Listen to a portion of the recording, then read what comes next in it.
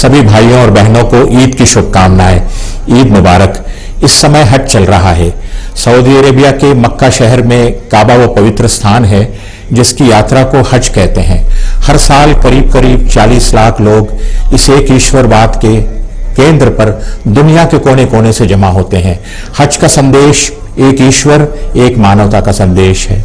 ये कि इस जगत का शासक सम्राट सृष्टिकर्ता हमारा आपका पैदा करने वाला वो एक है, उसका कोई भागीदार और पार्टनर नहीं। पवित्र कुरान में स्वयं अल्लाह ने ईश्वर ने अपना परिचय यूं कराया, बिस्मिल्लाहिर्रहमानिर्रहीम, कुल हुवल्लाहु अहद अल्लाहुस समद लम यलिद वलम यूलद वलम यकुल लहू कुफुवन अहद। शुरू करता हूं मैं अल्लाह के नाम से जो अत्यंत दया करने वाला है, करुणा करने वाला है। कहो कि अल्लाह एक है और उस जैसा कोई नहीं। वो हमेशा से है और हमेशा रहेगा। सब उसके मोहताज हैं, वो किसी का मोहताज नहीं। न उसकी कोई संतान है न वो किसी की संतान है, और उस जैसा और उसका इक्वल इस पूरे संसार में कोई नहीं। जब ईश्वर एक है तो सारी मानवता भी एक है।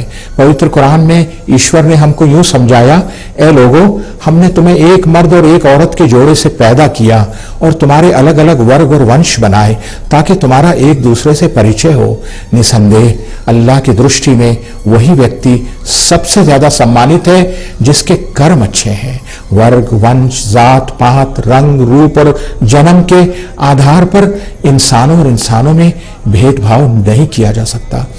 सारे इंसान एक ही माता पिता के संतान हैं, और जब ईश्वर एक है, सारी मानवता एक है, तो ईश्वर का भेजा हुआ संदेश मानव जाति के लिए वो भी एक है।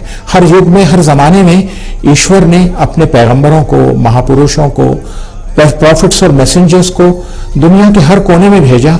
वो सब एक ही संदेश लेकर आए।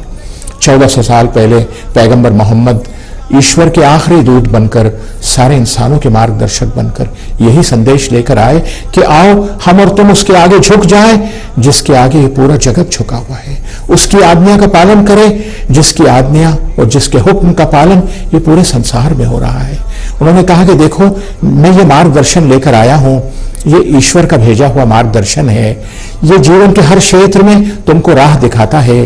तुम ईश्वर के भेजे हुए आदर्श और नियमों का पालन करोगे तो इस दुनिया में भी तुमको सुख, शांति, संतोष और आनंद नसीब होगा, प्रगति होगी, सफलता मिलेगी।